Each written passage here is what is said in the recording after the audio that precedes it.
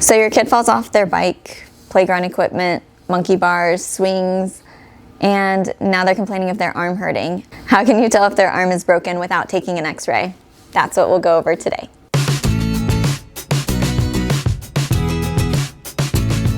Hi everyone, my name is Sydney Pipp and I'm a pediatric radiographer, which means that I take x-rays of children. Over the past 4 years, I've taken probably hundreds, if not 1,000 images of kids' arms, and I can tell 9 times out of 10 if their arm is broken before I even take the picture. In order to do this technique, you don't need any special equipment, maybe just a kitchen table or a raised ottoman that has a flat surface to it. Just a disclaimer, I am not giving any medical advice here. I am a radiographer, I'm not a physician.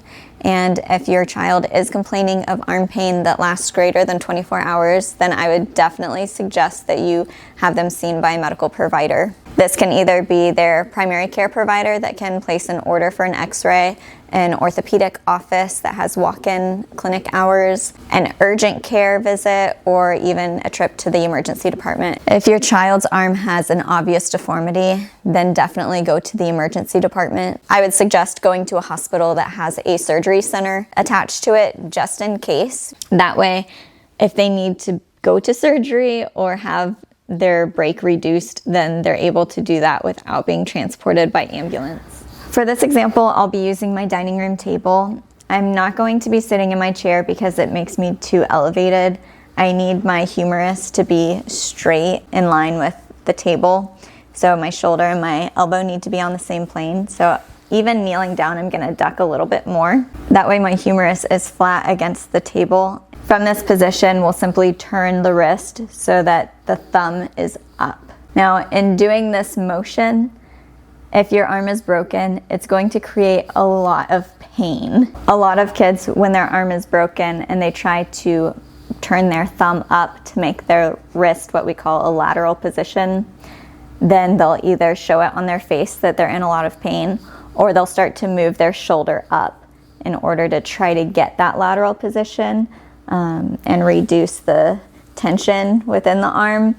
But really, to get a good lateral elbow and lateral wrist, their arm needs to be down like that. If a kid isn't able to turn their wrist up like that, then we do a trauma view for their forearm x-rays, and there's alternative ways of doing all the things. This method works really well on what we call distal forearm injuries, so this part of their forearm. As you go into the wrist, it gets a little more complicated, and as you go closer to the elbow, that motion doesn't hurt as much. This section, especially this section, hurts really bad when you try to do that motion.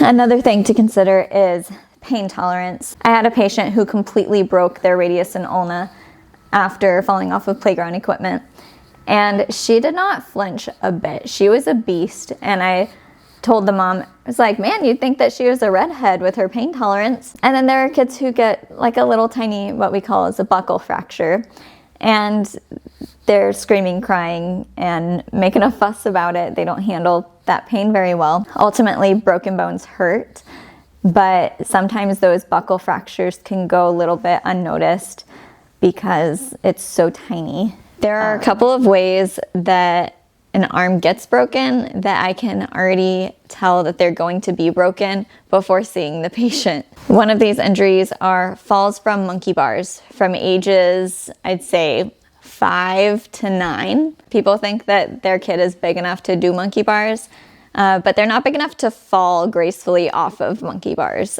Some kids don't land on their feet and they land with their arm and it breaks really easily off of monkey bars. A second fall that commonly breaks arms are off of hoverboards. Now, I love a good hoverboard, and the go-kart attachment is the way to go if you want to ride one. If a patient comes in with a fall from a hoverboard, it's probably going to be broken. If you learned something from this video, please go ahead and hit the like button for me. And if you like more radiology content, then go ahead and subscribe. For 2024, I plan on posting a video every 2 weeks in order just to get more comfortable in front of the camera and get a lot of information out there for people who might be interested. As always, if you have any questions, go ahead and leave them in the comments and I'll try to get back to you as soon as possible. And until next time, stay safe and I hope that everyone has a great day. Thanks.